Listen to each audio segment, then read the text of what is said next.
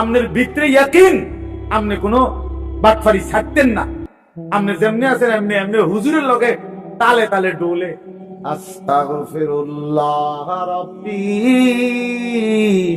বিতে হেবডার বিড়ি বুঝেন নাই, পকেটে বিড়ি হেবডা কয় আস্তাগফিরুল্লাহ। কিতা আস্তাগফিরুল্লাহ?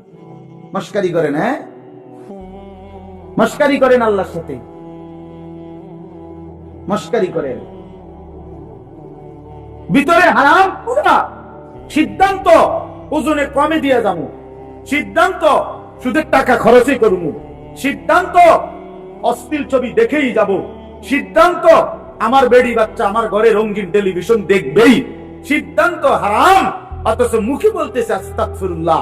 আল্লাহ তাআলা বলে, বান্দা তুই আসিস কবরে, তোর টাঙ্গাইয়া ফিটমু আমি, একটা বাড়ি দিবে আমার ফেরেশতা, এক এক বাড়িতে 7 তবক জমিনের নিচে ডাইবা যাবি, আবার উঠবি, আবার মারবে, আবার ডাববি, এভাবে কিয়ামত পর্যন্ত আমার একজন ফেরেশতা, যে অন্ধ, যে কানে শুনে না, যে কথা বলতে জানে না, বোবা বধির অন্ধ সাহাবীকে দিয়ে আমি তোরে কবরে কিয়ামত পর্যন্ত তোরে লোহার মুগুর, লোহার গুর্জ দিয়ে আঘাত করতে থাকবো। বান্দা তুমি আমারে কি মনে করছো? হ্যাঁ, ويضرب له بمطرقة من حديد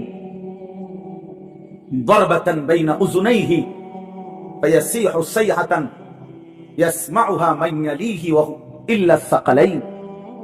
নবীজি বলেন, নাফরমানের কবরে ফেরেশতা তাকে কান বরাবর এত জোরে আঘাত করবে লোহার মুগুর দিয়া, কান, দুই কানের মাঝখানে, দরবাতান বাইনা উযুনাইহি, দুই কানের মাঝখানে বাড়ি দিবে। আল্লাহ নবী বলেন, নাফরমান এত জোরে চিৎকার করবে, মানুষ এবং জিন ব্যতীত আল্লাহ সমস্ত সৃষ্টি এই বেঈমানের চিৎকার শুনতে পায়। আমি সরাসরি হাদিস পড়ছি, আমার কাছে কিতাব, এটা গাড়িতেও আছে, চলেন দেখাই। ওয়ায়ুকাইয়াদু লাহু মালাকুন আসাম্মু আবকামু, নবীজি বলেন তার জন্য যে ফেরেশতাকে নিয়োগ দেওয়া হবে কবরে, সেই ফেরেশতা বোবা বধির। আরেক হাদিস আছে আ'মা, অন্ধ। তো যে এই বেচারা যে চিল্লায়, উনি তো শুনে না, কথা বোঝেন নাই। এই বেচারা যে চিল্লাইতেছে, ফেরেশতা তো দেখেও না। এই বেচারার চিল্লানির জবাবে উনি যে তার একটা সান্ত্বনা দিব, এইটাও তো উনি তো কথাই পেতে না।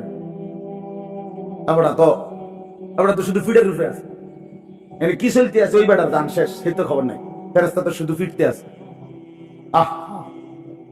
আল্লাহ আমাকে মাফ করে দেন।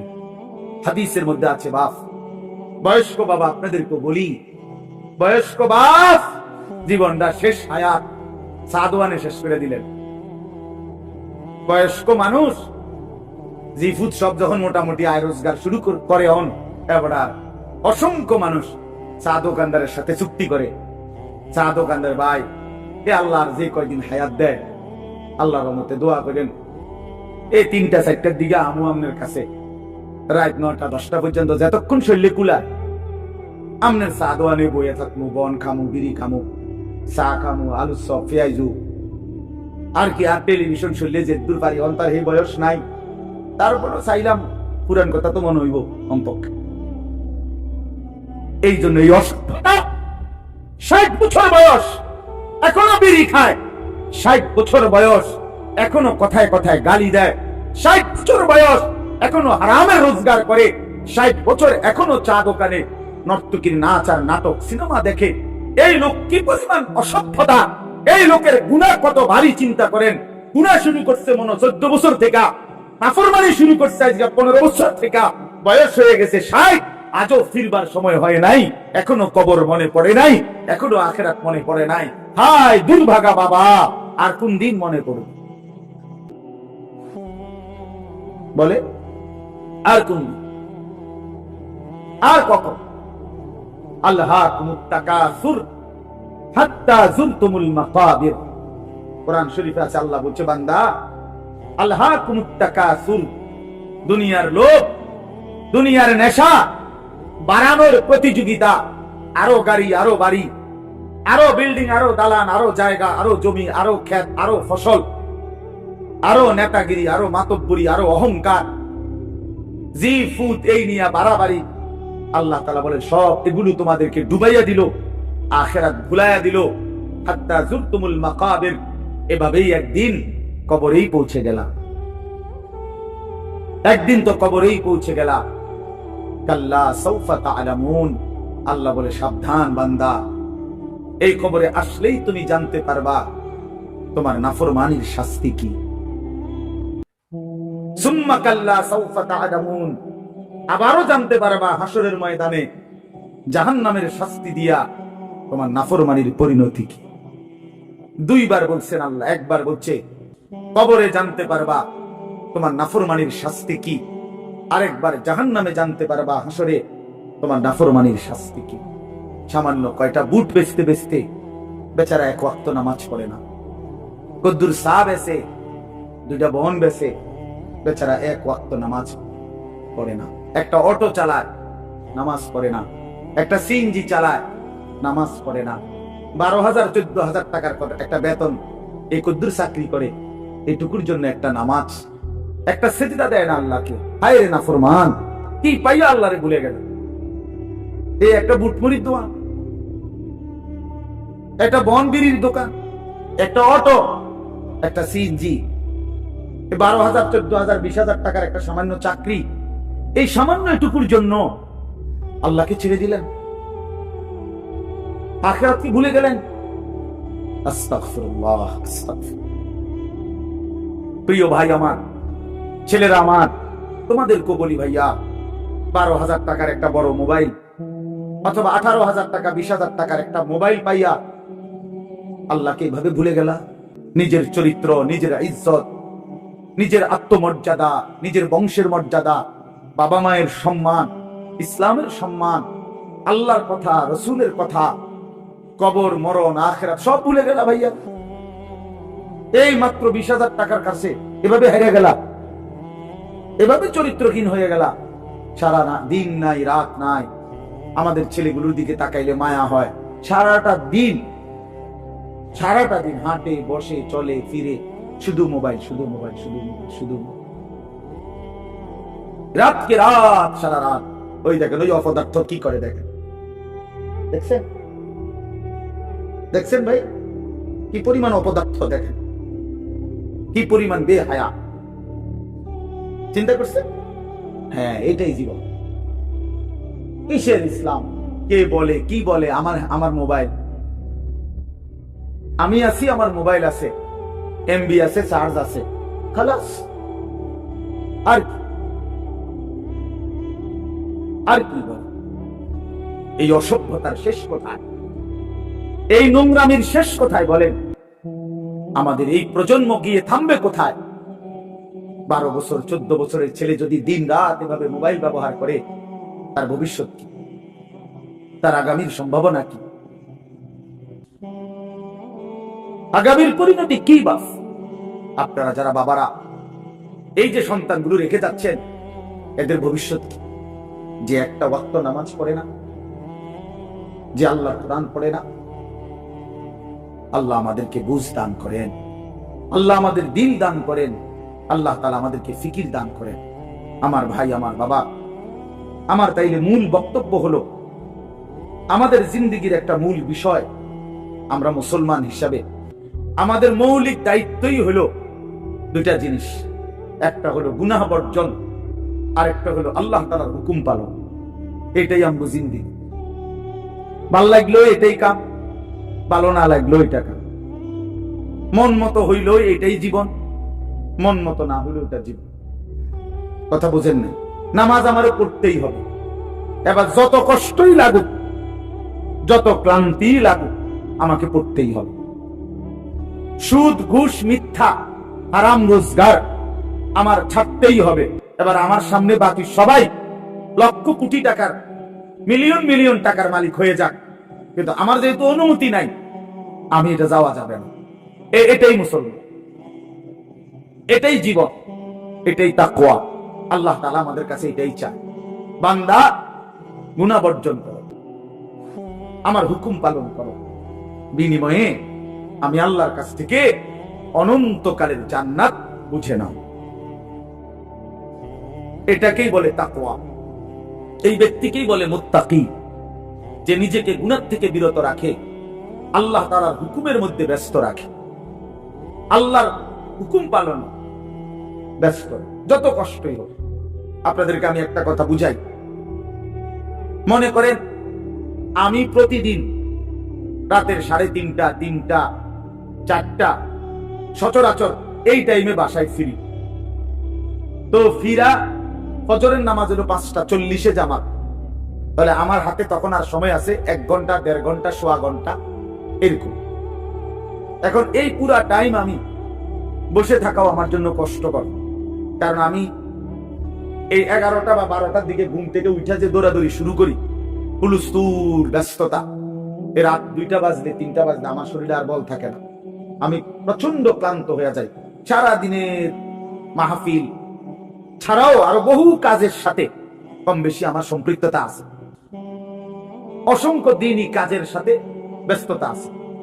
তো এখন 3:30, 3টা, 4টার দিকে যাই আমি বাসায়, গিয়া যখন ঘুমাই তো আর 1 ঘন্টা বাকি ফজরের জামাত, 1.5 ঘন্টা বাকি। আমার জন্য ভীষণ কষ্ট হয় এই সময় আবার উঠা ফজরের জামাত ধরা। আমি আমার ঘুমের চারদিকে 3টা অ্যালার্মওয়ালা, একটা অ্যালার্মওয়ালা ঘড়ি, 2টা মোবাইল, একটা চায়না মোবাইল, পিছনে পুরাটাই স্পিকারওয়ালা, অনেক আওয়াজ হয়, ভীষণ আওয়াজ। এটা এইটা একটা, এই মোবাইল একটা, আবার একটা অ্যালার্ম ঘড়ি, 3টা একসাথে। একটা টি টেবিলের উপরে, একটা আমার কাপড় চোপড় রাখি, আমার একটা ছোট্ট আলমারি আছে, এটার উপরে, একটা আমার মাথার কাছে, অর্থাৎ একটু দূরে রাখি এই জন্য যে অনেক সময় হয় কাছে একটা অ্যালার্ম বাজতে বন্ধ করে দিচ্ছি ঘুমের কারণে, তো এইটা তো বাজে, ওইটা তো বাজে। তার মানে 3টা একসাথে যখন বাজা শুরু করে, শেষ পর্যন্ত আমাকে উঠতেই হয়, কারণ প্রচন্ড ঘুম রাইখাও আমি তখন উঠা জামাতে শামিল হওয়ার চেষ্টা করি। কেন? আমি এটা বিশ্বাস করি, মরিবাসী আমার তো নামাজ পড়তেই হবে। কথা বুঝছেন কিনা? তাহলে এটা যদি কারো সিদ্ধান্ত হয়, ভাই আমাকে এটা করতেই হবে, আমাকে এটা করতেই হবে, আমার এটা লাগবেই, এই ছাড়া আমার কোনো উপায় নাই। তো এই ছাড়া যেহেতু আমার কোনো উপায় নাই, অতএব এটাই আমার জিন্দেগি, এটাই আমার জীবন, এটাই আমার জীবন। এই পৃথিবীর সব মানুষ, পৃথিবীর সব সুন্দরী দেখুক, আমার জন্য যেহেতু অনুমতি নাই, আমি শুধু আমার বিবিকেই দেখি। কথার কথা, আমার যেটা অনুমতি আছে আমি তাকেই দেখতে হবে। এই পৃথিবীর কোটি কোটি মানুষ হারাম রোজগার করুক, কিন্তু আমি বিশ্বাস করি আমার আখিরাত আছে, আমার আল্লাহর সামনে হিসাব দিতে হবে। অতএব আমরা এই মাদ্রাসায় পড়ুয়ারা, কত কত মসজিদের ইমাম, আমাদের 10,000, 8,000 টাকা বেতন, 12,000 টাকা বেতন, অথচ বিবি অসুস্থ, একটা অপারেশন করতে গেলে বলে 50,000, 60,000, 1 লাখ টাকা। বেচারার চোখ দিয়া পানি পড়ে যে হায় কোত্থেকে কি হবে।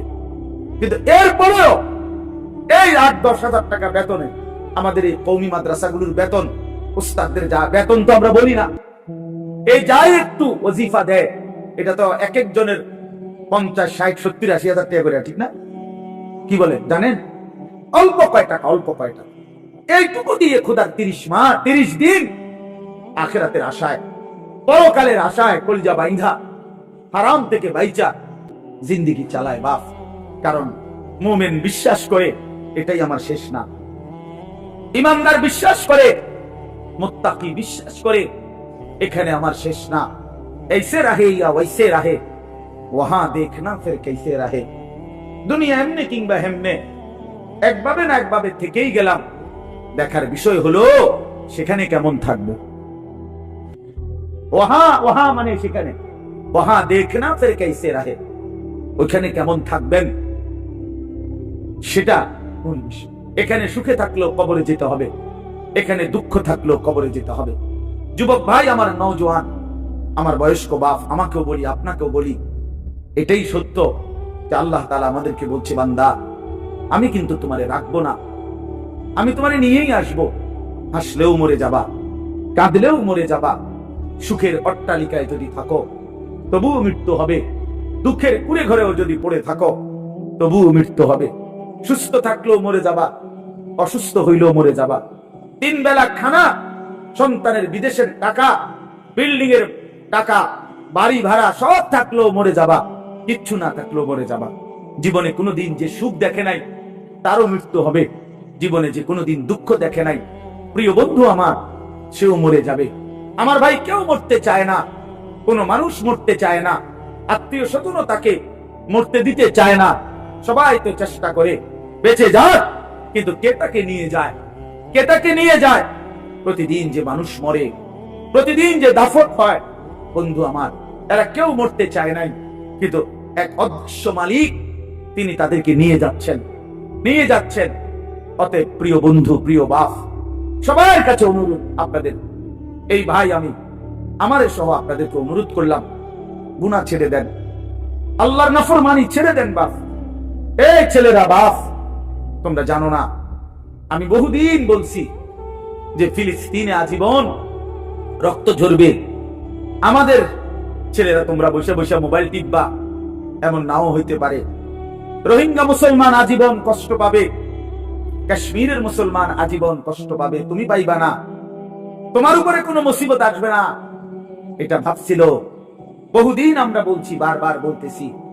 আজকে ইসকনের গুন্ডারা, ইসকনের সন্ত্রাসীরা, ইসকনের বেঈমানরা প্রমাণ করে দেখাইছে যুবক, যে সুযোগ পাইলে তোরও ছাড়বে না,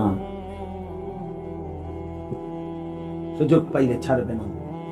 বেঈমান প্রকাশ্য দিবালোকে 92% মুসলমানের বাংলাদেশে, লক্ষ কোটি কোটি মুসলমান জীবিত থাকতে এই ইসকনের গুন্ডারা, সন্ত্রাসীরা, এই নরপিশাচরা একজন মুসলমান অ্যাডভোকেটকে চট্টগ্রামের মাটিতে দিবালোকে, প্রকাশ্য দিবালোকে গর্দানের মধ্যে ছুরি দিয়া জবাই করে রক্তে ভাসায় ফেলছে।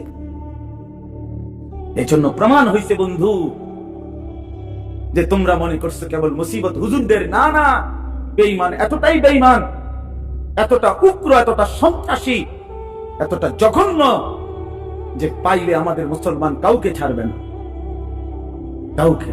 এই জন্য আমাদের আল্লাহর সাথে সম্পর্ক, আমাদের শাহাদাত, আমাদের কলিজার খুন, আমাদের রক্ত, আমাদের আল্লাহর সাথে ভালোবাসা, আমাদের আল্লাহর গোলামি, আখিরাতের ফিকির, এটাই আমাদের সমাধান, এটাই সমাধান, এখানেই মুক্তি, এখানেই সফলতা আমাদের।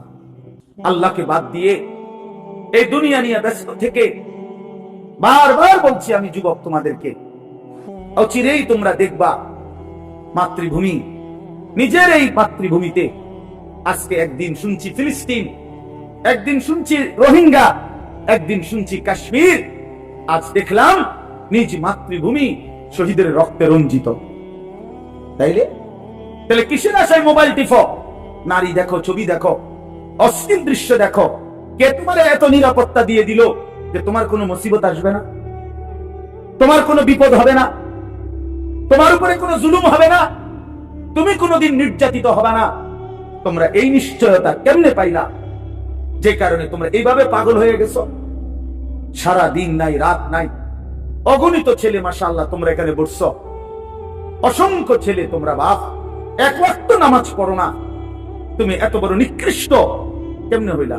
টানা কানছে এশার পর থেকে ফজরের আজানের আগ পর্যন্ত নবীজি উম্মতের জন্য দাঁড়ায়া দাঁড়ায়া, আম্মা জান আয়েশা বলছে, দাঁড়ায়া দাঁড়ায়া কানছে আর দোয়া করছে, হাত্তা তাওয়াররামাত কাদামাহু, সারা রাত কানতে কানতে নবীজির দুইটা পা মোবারক ফুলে ফুলে গেছে। সেই নবী হাসরের ময়দানে বলবে, উম্মত, আমি তোমার জন্য 23 বছর কেঁদেছিলাম, তায়েফের পাথরের আঘাতে পিঠ চালনির মতো রক্তে ছিদ্র ছিদ্র হয়ে গেছে, আমি ক্ষুধার কষ্টে পেটে দুইটা পাথর বাঁধছিলাম, আমি উহুদের দান দান শহীদ করা রক্ত নিয়ে উহুদের ময়দানে ঘন্টার পর ঘন্টা বেহুশ পড়েছিলাম, আমার ঘরের চুলায় 3 মাস লাগাতার আগুন জ্বলে নাই, রান্না করা কোনো খাবার আমি নবী খাই নাই, বিনিময়ে আজ তুমি কি আমল নামা নিয়ে আসছো? এই আমল নামাতে ফজরের নামাজ কই?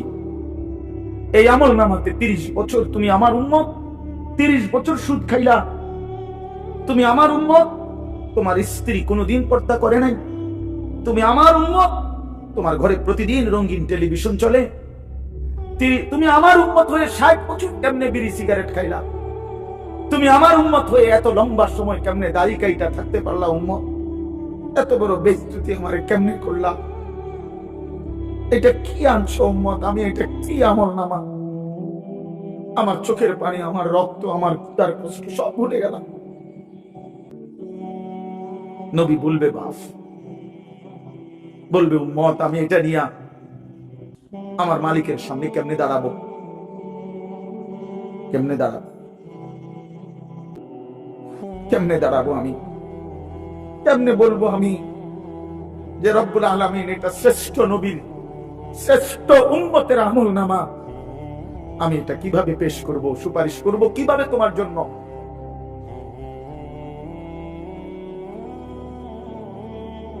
হায় মুসলমান, যদি কলিজা ছিঁড়ে বলতে পারতাম, চলো ভাই, এই চোখের এক ফোঁটা পানি তোমার জন্য।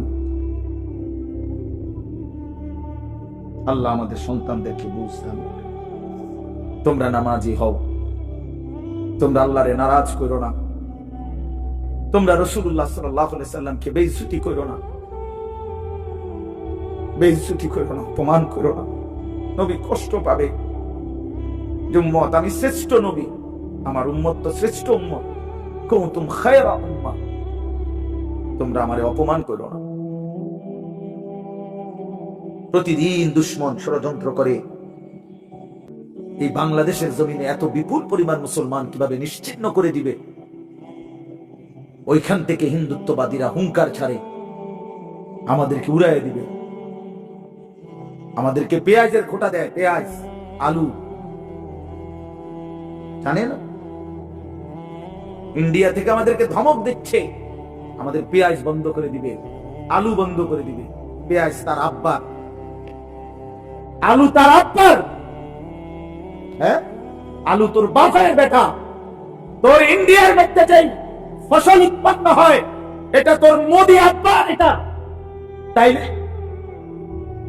তো আমাদেরকে ধমক দেশ, পেঁয়াজ বন্ধ করে দিবে, আলু বন্ধ করে দিবে, চিকিৎসা বন্ধ করে দিবে, হসপিটালে যাইতে দিবে না, ধমক দিচ্ছে প্রতিদিন। এই জন্য ভাই আমার, বন্ধু আমার, মনে রাখো, মুসলমান কোনদিন সংখ্যা দেখে ঘাবড়ায় না। 110 কোটি না, 1 লক্ষ কোটিও আমরা পরোয়া করি না। আমাদের আসমানওয়ালা আছে, আমাদের আল্লাহু আকবার, আমাদের আল্লাহ বড়, আল্লাহ বড়, আল্লাহ বড়। বড় যুবক কে বড়? জোরসে বলো, দাঁড়া বলো, দাঁড়া বলো, বড় আল্লাহু আকবার, বড় আল্লাহু আকবার।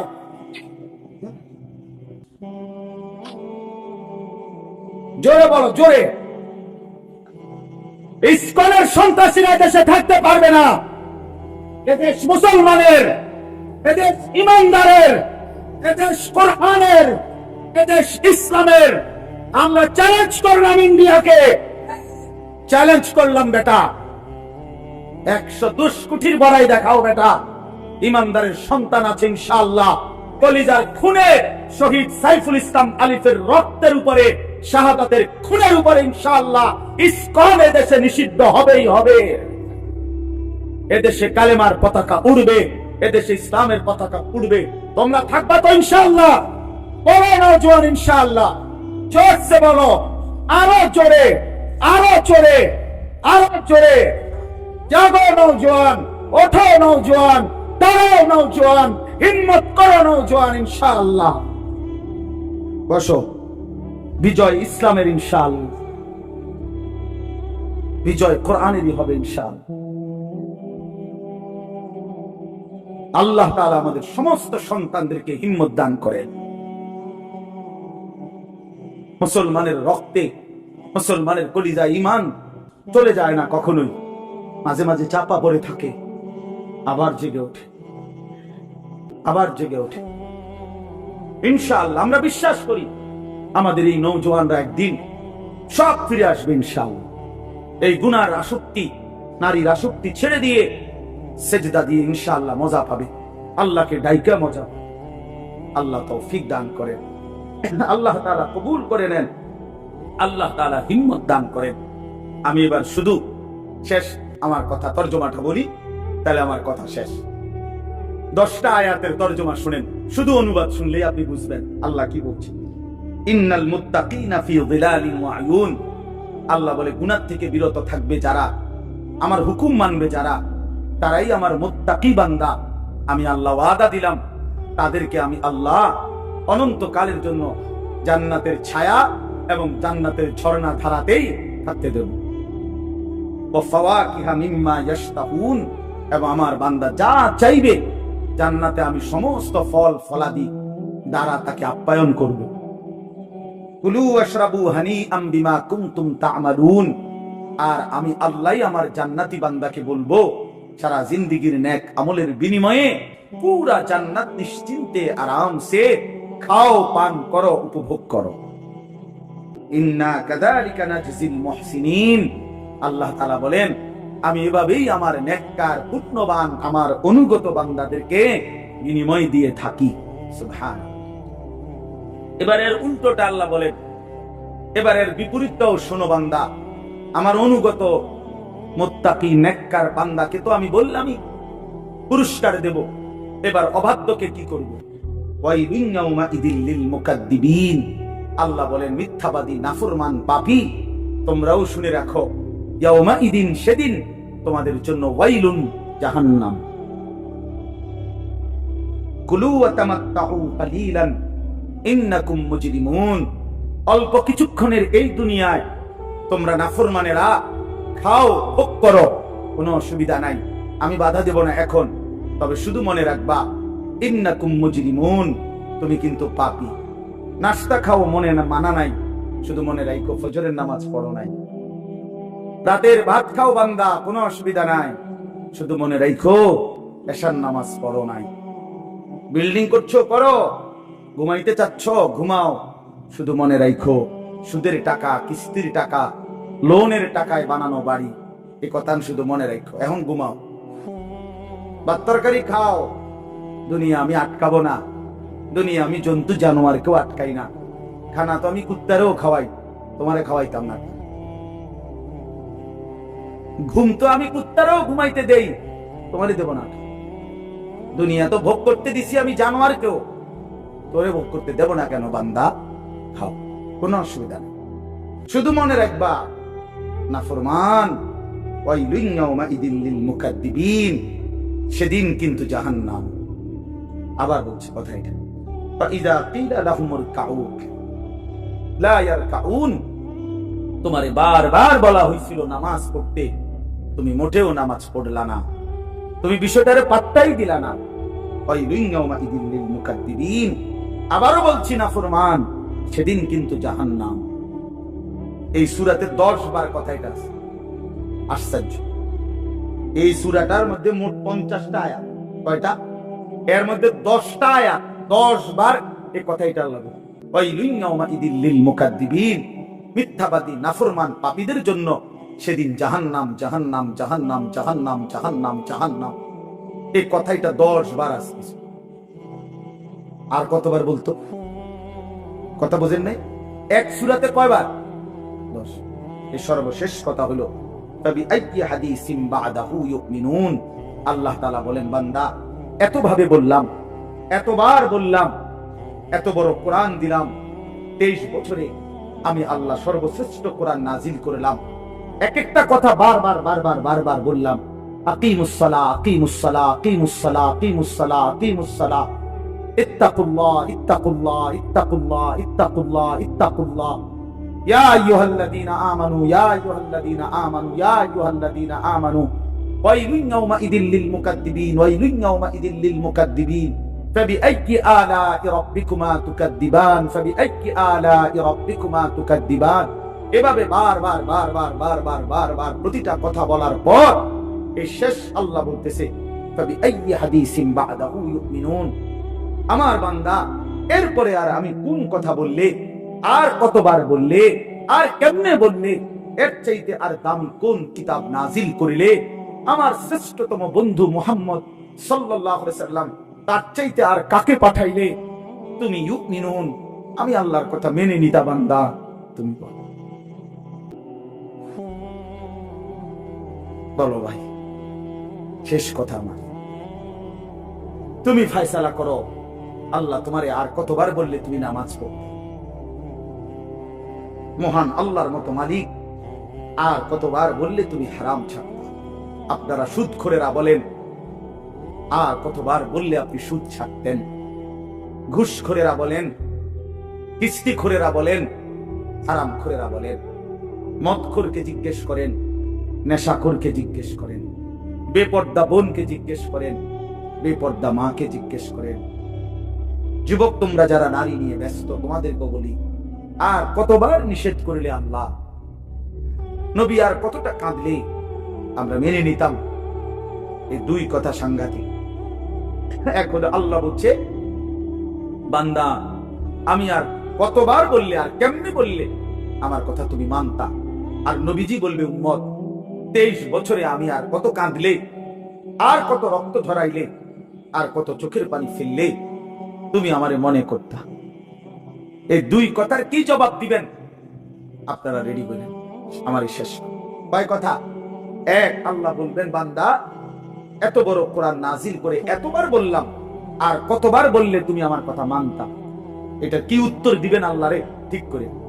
আর নবীজি জিজ্ঞেস করবে হাসরের ময়দানে, উম্মত 23 বছরে আমি এত কান্না, এত চোখের পানি, এত রক্ত, এত দান দান শহীদ করা, পেটে পাথর বাঁধা, আর কত কাঁদলে, আর কত রক্ত ঝরাইলে, আর কত ক্ষুধায় কষ্ট করিলে তুমি আমার কথা শুনতা, আমি রসুলকে মনে করতা, আমার সুন্নাতকে ধরতা?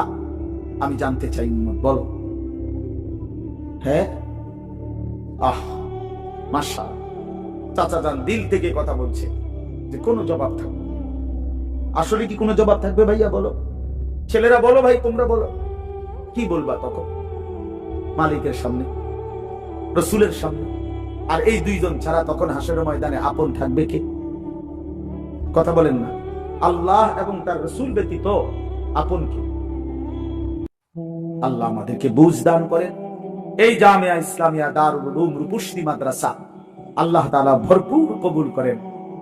আলহাজ হযরত মাওলানা আতিকুর রহমান সাহেব, মুহতামিম সাহেব হুজুর এত বেশি আবদার করছে আমারে যে লাস্টে বয়ান করতাম, কিন্তু আমি কোনোভাবেই পারলাম না।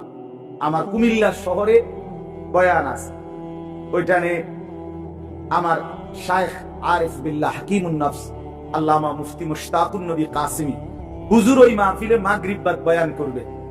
এখন হুজুরও লড়াইতে পারি নাই, বহুত অনুরোধ করছি, চেষ্টা করছি।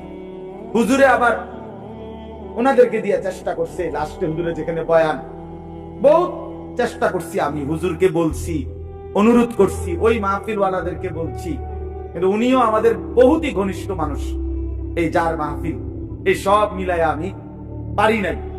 এরপরও আসার চেষ্টা করছি, আল্লাহ আনাইছেন। আপনাদের জন্য আমরা দোয়া করি, আপনারা মেহেরবানি করে এশার নামাজ পড়ে আবার যথারীতি বয়ান শুনবেন। এবং আগামীকালকেও আলহামদুলিল্লাহ মাহফিল হবে। রূপসী মাদ্রাসা একটা ঐতিহ্যবাহী মাদ্রাসা, প্রাচীন মাদ্রাসা। আমি যখন ফরদাবাদ বাজার মসজিদে 10 বছর আমি জুমার নামাজ পড়াইছি, আপনারা অনেকেই জানেন। তখন থেকে আমি শুনতাম এই মাদ্রাসার কথা। মাঝখান দিয়ে একবার আমি অল্প কিছু সময়ের জন্য একদিন দেখতে আসছিলাম হুজুরের সাথে, খুব সম্ভব এদিকে কোথাও মাহফিল ছিল। তো ইনশাআল্লাহ আল্লাহ যদি আবার কখনো হায়াত দেয়, তৌফিক দেয়, আমরা চেষ্টা করব। আজকে আপনাদের সবার জন্য দোয়া করি, এই মাদ্রাসার জন্য দোয়া করি।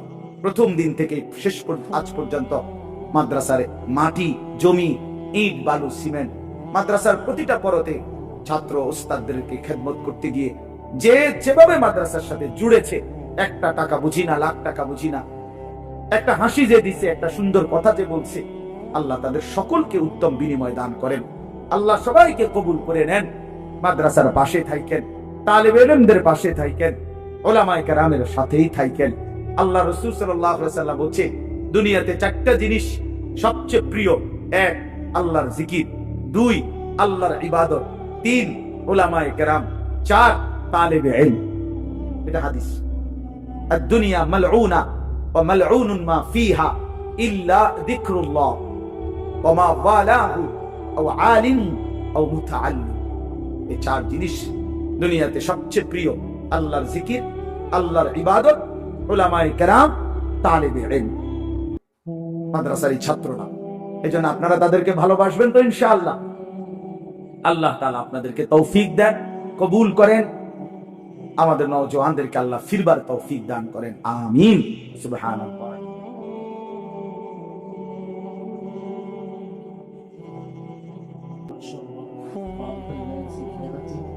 আল্লাহ তাআলা নিজের মধ্যে বরকত দান করুন। আমিন। আমাদের